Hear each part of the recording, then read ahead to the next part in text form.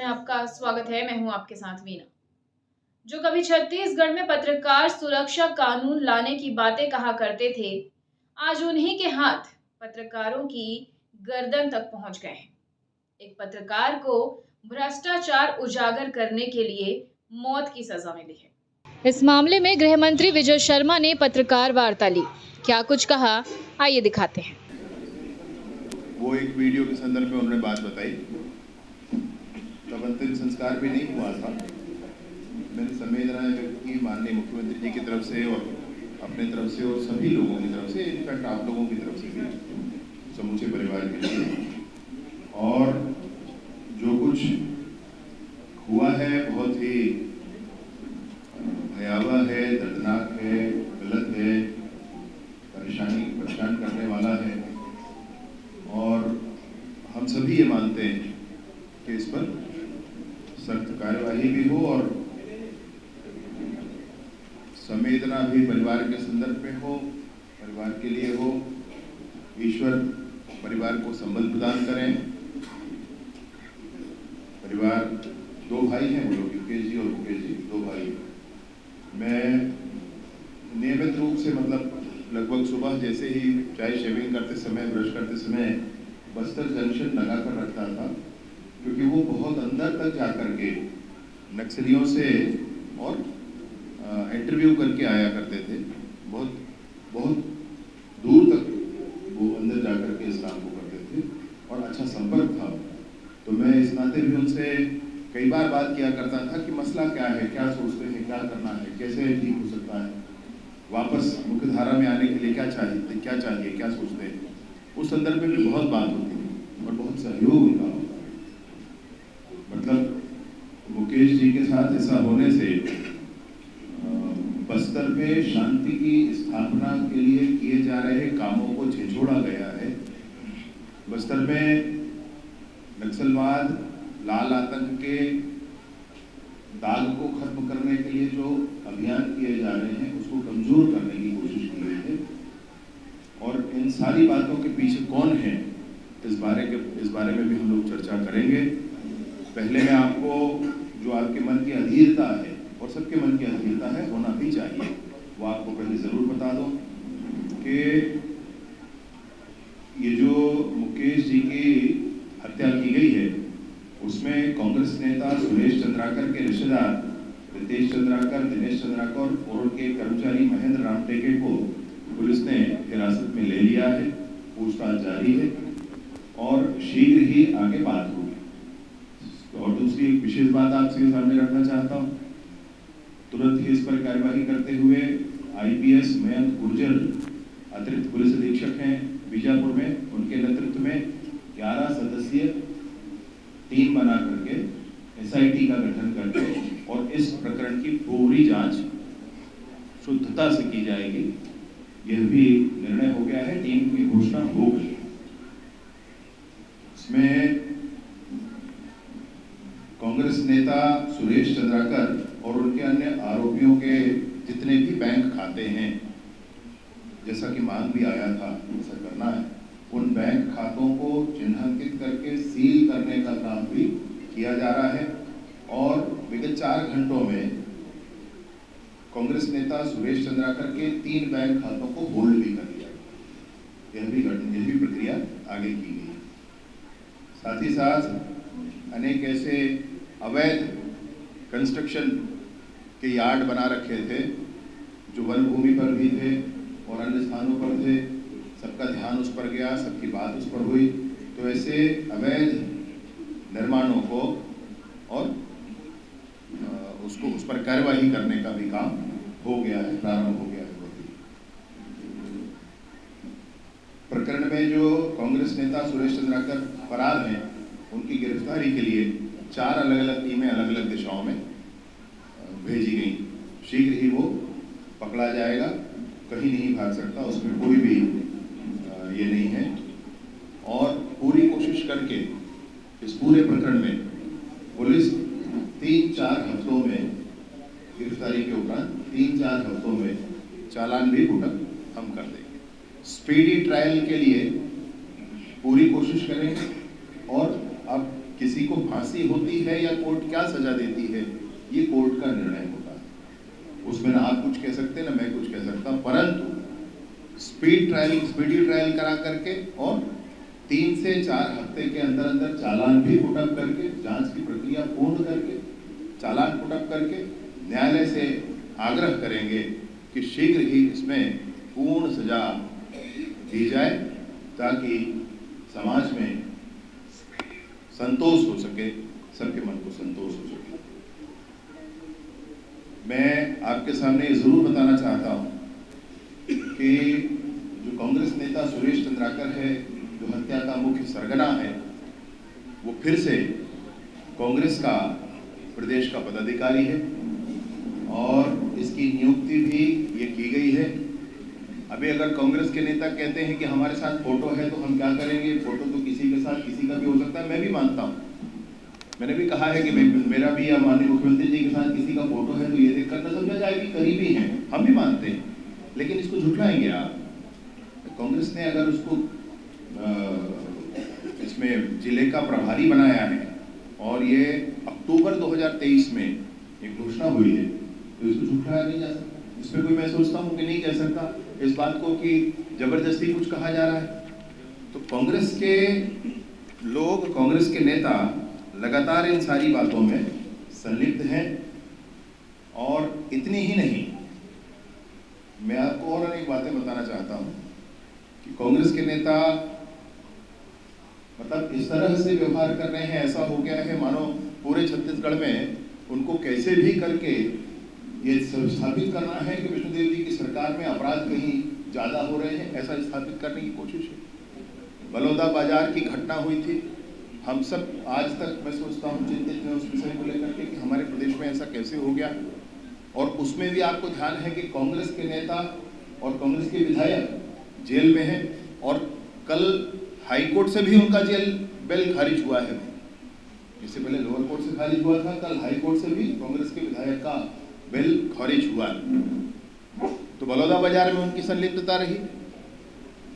आपको याद होगा कि अभी दिसंबर महीने में, अभी पिछले महीने उत्तरी जांगड़े जी ने मंच से खड़े होकर के कहा कि जैसा बलौदा बाजार में हम लोगों ने किया वैसा ही अब हमको फिर से यहाँ जाकर के तोड़फोड़ मचाना है। ये फिर से उसी बात के लिए प्रेरणा अपने कार्यकर्ताओं को दे रहे हैं। मैं पूछना चाहता हूँ, क्या यही करना चाहते हैं पूरे प्रदेश में? आपको याद होगा अक्टूबर में सूरजपुर में पुलिस हेड कांस्टेबल के घर में उनकी पत्नी बच्चों के साथ क्या हुआ था, और उसमें जो व्यक्ति एनएसयूआई का एक अध्यक्ष और दूसरा एनएसयूआई के अध्यक्ष एक कार्यकर्ता कांग्रेस के चंद्रकांत चौधरी आदि ये सब उसमें संलिप्त थे। अब कोई उसमें फिर से ये ना कहे कि फोटो दिखाकर कहा जा रहा है, ये उनके संगठन का आदेश है जिसमें उनको नियुक्ति दी गई थी। ये उनके संगठन का आदेश है जिसमें नियुक्ति, अब नियुक्ति को तो आप नहीं नकार सकते भाई, नियुक्ति को तो मानना पड़ेगा। तो चाहे वो सूरजपुर की घटना हो, उस घटना में भी आपको कांग्रेस के लोग उसमें संलिप्त मिलेंगे। आपको ध्यान होगा कि सितंबर महीने में बालोद जिले के डोंडी थाने में एक शिक्षक ने आत्महत्या कर ली थी और उसने बताया था कि पूर्व विधायक कांग्रेस के मोहम्मद अकबर भी उनसे 2 लोगों के साथ वो भी उसमें गुनहगार हैं, उनके कारण भी उन्होंने आत्महत्या की। आत्महत्या कर ली भाई, आत्महत्या कर ली उन्होंने, ये वाला उस विषय था। तो उसमें भी वो गुनहगार हैं, उनका भी नाम उसमें है। मैं आपको एक और बात कहना चाहता हूँ, नवंबर 2021 में हम लोग को ध्यान है दामाखेड़ा में एक घटना हुई थी। उसमें पंत श्री प्रकाश मुनि नाम साहेब, उनके निवास पर कुछ लोग पहुंच गए थे और उन्होंने उदंडता मचाने की कोशिश की थी। बाद में ध्यान आया कि वो जो व्यक्ति है वह भी कांग्रेस का बड़ा नेता है, उसका भी स्पष्टता के साथ विषय आया था। आपको यह भी ध्यान होगा, मैं वह भी चीज़ें छोड़ दे रहा हूँ, लेकिन रायपुर सेंट्रल जेल के बाहर एक फायरिंग हुई, सिंगल शॉट वाले से एक फायरिंग हुई थी और उसमें शेख शाहनवाज नाम का व्यक्ति था, यह भी कांग्रेस का कार्यकर्ता निकला। आपको यह भी ध्यान होगा कि सितंबर 2024 में बलरामपुर में नगर पालिका के अध्यक्ष एक है सुंदरमणि करके, उन्होंने उनके पति परमिन वो गायों के ऊपर उन्होंने उससे एयर गन से फायरिंग कर दी थी, उस पर भी प्रकरण हुआ था। और गौमांस के संदर्भ में अनेक प्रकरण उनके ऊपर दर्ज हुए थे, वो भी कांग्रेस के बड़े नेता हैं। आपको ध्यान होगा कि राजधानी में एक हवाई फायर की घटना हुई थी, उसमें आरोपी नवाज खान, ये रायपुर उत्तर विधानसभा के यूथ कांग्रेस के अध्यक्ष हैं। अभी की बात है, ये दिसंबर 2024 की ही बात है, यह भी आपको ध्यान होगा। अंतागढ़ में युवा कांग्रेस के प्रदेश सचिव सुप्रकाश ने दुष्कर्म किया और वो जेल के अंदर है, उस पर कार्यवाही हुई, FIR कराया गया। आपको यह भी याद होगा कि NSUI के संयुक्त महासचिव हैं जिन्होंने 20 वर्षीय छात्रा के साथ दुष्कर्म किया, वो जेल में है। आपको यह भी ध्यान होगा कि जून 2023 में युवा कांग्रेस के शेरू असलम नाम के, 2023 की बात कर रहा हूँ, शेरू असलम नाम के बिलासपुर के नेता जिन्होंने कहा कि मैं अध्यक्ष हूँ तो उनको उठा दूंगा, पता नहीं वीडियो आप सब लोगों ने देखा होगा, ये वो भी है। और ऐसी पूरी फहरिस्त है भाई मेरे पास, मैं पढ़ूंगा तो उसमें बहुत समय लग जाएगा। मैं निसंदेह ये कहना चाहता हूँ कि कांग्रेस के लोग संलिप्त हैं इसमें, और मैं बिल्कुल ये नहीं कह रहा हूँ कि हर एक कांग्रेस का नेता अपराधी है, परंतु मैं ये समझना चाहता हूं कि हर एक अपराध में कांग्रेस क्यों आ रहा है सामने, हर एक अपराध में कांग्रेस कैसे सामने आ रहा है, क्या योजनाबद्ध ढंग से किया जा रहा है? और ये हम नहीं कहते, लेकिन जैसे ही कोई घटना होती है तो उन्होंने कहा कि भाजपा वाले नहीं ध्यान दे रहे हैं सर। अरे भैया, अगर भाजपा वाले ध्यान, ये क्या है? सरकार के नाते जितना किया जाना है वो किया जा रहा है और किया जाएगा और आगे भी किया जाएगा, उसकी भी कोई चिंता ना करें। लेकिन मैं ये कहना चाहता हूं कि प्रदेश में लॉ एंड ऑर्डर की स्थिति को आप गड़बड़ दिखाने के लिए योजनाबद्ध ढंग से कर रहे हैं। कुछ दिनों पहले मुख्यमंत्री भूपेश बघेल जी ने कहा था कि पहले हम तो महीने में पैसे दिया करते थे, इन्होंने बंद कर दिया, इसलिए अब अपराध हुए जा रहे हैं, ऐसा भी उन्होंने कहा था। तो क्या आप उनको ही पैसा दिया करते थे जो आप अपराध कर रहे हैं? क्या उसका अर्थ ये निकाला जाए? मैं यह भी पूछना चाहता हूं कि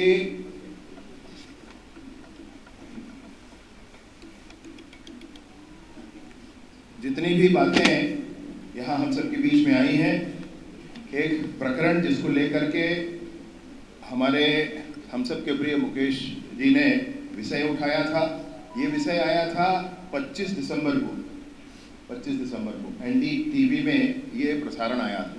और 25, मैं आपको इस बात की शुचिता के साथ इस बात को कहना चाहता हूँ कि 25 दिसंबर को ये NDTV पर आया और 25 दिसंबर को ही उस पर जांच कमेटी का गठन हो गया कि ये जो विषय आया है इस पर जांच कमेटी का गठन किया जाए और इस बात की पूरी जांच की जाए। ये 25 दिसंबर के लिए ही विषय आ गया था। 25 दिसंबर से PWD मिनिस्टर साहब ने, अरुण साहू जी ने जांच समिति का गठन कर दिया और उस विषय का जांच कराया जा रहा है। ये घटना तो और बात की है अभी की, तो 1 तारीख 2 तारीख 1 तारीख की रात की घटना है, जबकि 25 दिसंबर से ही जांच समिति का गठन उस पर कर दिया गया। तो मैं कुल मिलाकर आपसे जो कहना चाहता हूँ कि चाहे वो इस अकेले विषय का मामला हो या अन्य कोई भी मामले हों, उन सारे विषयों को लेकर के विष्णुदेव जी की सरकार, भाजपा की सरकार संजीदगी से काम कर रही है। भ्रष्टाचार को बिल्कुल भी सहन नहीं किया जाएगा, तगड़ी कार्यवाहियां की जाएंगी। इस विषय पर भी मैंने मंत्री जी से बात की फोन पर, अरुण साहू जी से। मैंने कहा ये एक सड़क का मामला है, क्या इसके अन्य सड़कों के मामलों पर भी हम जांच करेंगे और आपकी तरफ से मैं मीडिया को सूचित करूं? तो उन्होंने कहा बिल्कुल किया जाए, ऐसे जघन्य अपराधी के हर एक सड़क की जांच की जाएगी। जिन सड़कों का काम इन्होंने ले रखा है उस पर पूरी जांच की जाएगी। जो कार्यवाहियां इनके अवैध निर्माणों पर आवश्यक हैं, जिस तरह की वो कार्यवाहियां हो रही हैं, जहां पर आवश्यकता है अभी थोड़ा रुकने की, क्योंकि वहां पर उनको फॉरेंसिक सैंपल्स ऐसे लिए जा सकते हैं, तो उन चीज़ों के लिए थोड़ा रुका गया है। मुकेश जी के परिवार को संबल प्रदान करने के लिए, उनके साथ खड़े होने के लिए और समूचे पत्रकार जगत को भी इस बात का संदेश देने के लिए SIT का गठन, बैंक होल्ड करना, कार्यों की जांच करना, गिरफ्तार कर लेना, 4 टीमें बना करके उसको भी समय पूर्वक खोज लेना, फास्ट स्पीडी ट्रायल इस पर करा लेना और समय से चालान इसका पुटअप करा लेना, इन सारे कामों को मुस्तैदी के साथ प्रशासन भी करेगा। शासन भी इस विषय पर बड़ी स्पष्टता के साथ जांच और अन्य कार्यवाहियों के लिए सामने है। माननीय मंत्री जी ने भी इस विषय पर बहुत स्पष्टता के साथ कहा है, भ्रष्टाचार के आरोप लगाने वाले अपने गिरेबान में झांक लें। ईडी की कार्यवाहियां जिन पर हुई हैं वो ठीक है, और जिन्होंने कार्यवाही करने के लिए, जांच के लिए अगर लिख दिया है वो गलत हो गए। ऐसा भूपेश जी का ट्वीट है, आज मैंने देखा, इसलिए मैं आपसे कह रहा हूँ, मैंने ईडी की जिस पर कार्यवाही हुई, प्रमाण है जिसके, लोग जेल के अंदर हैं, वो ठीक हो गए। और जिन्होंने अपने टीवी के समाचार आने पर भी जिन्होंने जांच की कार्यवाही कर दी वो गलत हो। आपसे मैं कहना चाहता हूं कि जैसे इससे पूर्व भी जितनी बातें हुई, टीवी में समाचार आने से, एक और जांच रिपोर्ट आने से, पिछली बार मैंने सदन में बहुत स्पष्टता से घोषणा की, उस सड़क के निर्माण कराने वाले इंजीनियर, एसडीओ, एग्जीक्यूटिव और सब इंजीनियर सबको सस्पेंड करके जांच करने के बाद, ठेकेदार पर एफआईआर कराकर जांच करने के बाद मैंने खुद सदन में घोषित की। तो ये पूर्णता के साथ, इस पूरी ताकत के साथ हम लोग सब करेंगे। मैं उन परिवार को भी संबल प्रदान करने के लिए साथ खड़ा, ऐसा अनजाना नहीं भाई, यूकेश जी से मेरी बात भी होती, उनके भाई से मेरी बात भी होती, बच्चे, यूकेश जी के 2 बच्चे अविवाहित थे, यूकेश जी से बात होती है। तो परिवार के हर संभव सहयोग के लिए, हर संभव सहयोग के लिए माननीय मुख्यमंत्री जी ने भी बहुत स्पष्टता के साथ ये बात कही है। मैं इस पूरी बात के साथ ज़रूर कहना चाहता हूँ कि जो दुर्घटना हुई है बहुत कष्टदायी है।